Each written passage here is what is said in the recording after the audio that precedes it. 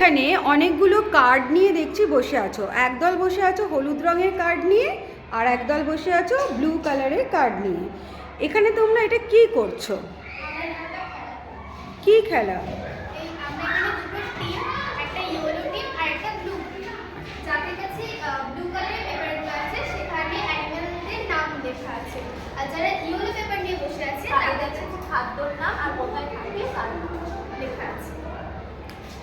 তো এই যে অ্যানিম্যালের নাম আর খাদ্যের নাম দুটো আলাদা আলাদা কার্ড করেছো, তো খেলাটা করবে মানে খেলাটা খেলবে কিভাবে?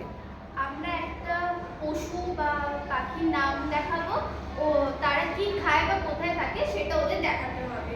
এইভাবে আমরা 5টা রাউন্ড খেলবো, আর মার্কস থাকবে 10 পয়েন্ট।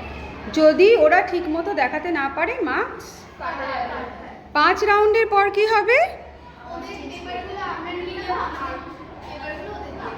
তার মানে হলুদ টিমের হলুদ কার্ডগুলো যারা নীল কার্ড নিয়ে আছো তারা নিয়ে নেবে, আর যারা নীল কার্ড নিয়ে আছো সেই নীল কার্ডগুলো হলুদ টিম নিয়ে নেবে।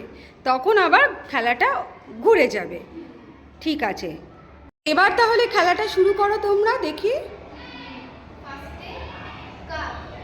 দেখাও এখানে ক্যামেরার সামনে একটু। আচ্ছা, একজন একটু এগিয়ে নিয়ে আসো তো কার্ডটা, দেখি কি উঠেছে।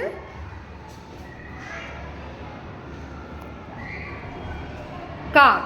আচ্ছা, আবর্জনা। কই দেখাও সামনে এনে। আবর্জনা। তার মানে এখানে কি প্রমাণ হলো? ওরা ঠিক করলো, মানে যারা ইয়েলো টিম তারা ঠিক কার্ড তুলেছে। কেন ঠিক কার্ড তুলেছে কি করে বল? আচ্ছা, তার মানে কাক যে আবর্জনা খায় সেইটা মানে খাদ্য খাদক সম্পর্কটা এখানে বোঝা গেল। এখন দেখছি তোমরা সেকেন্ড রাউন্ড খেলা শুরু করেছো, তাই তো? ফার্স্ট রাউন্ড হয়ে গেছে, তো সেকেন্ড রাউন্ডে যারা ব্লু কার্ড নিয়েছিলে তারা কি কার্ড নিলে? হলুদ। আর যারা হলুদ কার্ড নিয়েছিলে? Blue card. তাহলে ফার্স্ট টার্ন দেবে ব্লু কার্ড। তো দাও দেখি কেমন খেলছো। ওই দেখি, কাছে নিয়ে এসো, একটু কাছে আনো কার্ডটা।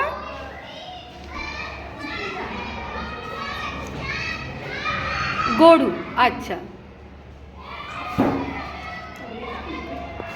এবার তাহলে ইয়েলো কার্ড যাদের হাতে আছে তারা কি তুলবে দেখা দেখি, নিয়ে এসো কাছে। ঘাস। Very good. তার মানে কি প্রমাণ হলো এখানে? সুতরাং এই গেমটার এই যে সেকেন্ড রাউন্ড, এখানেও কিন্তু মানে আগের রাউন্ডেও যেমন ইয়েলো টিমটা জিতেছিল, তেমনি এবারও কিন্তু ইয়েলো টিমটা জিতলো। অবশ্য টিমটা বদলে গেছে, মানে টিম মেম্বাররা বদলে গেছে, কিন্তু ইয়েলোরা পারলো, তাই তো? শুনতে পেলাম না, জোরে বলো। এটা বায়োডাইভার্সিটি গেম। ওকে, এইভাবে এই গেমটার মাধ্যমে তাহলে তোমরা খাদ্য খাদক সম্পর্কটা বুঝতে পারবে। Very good.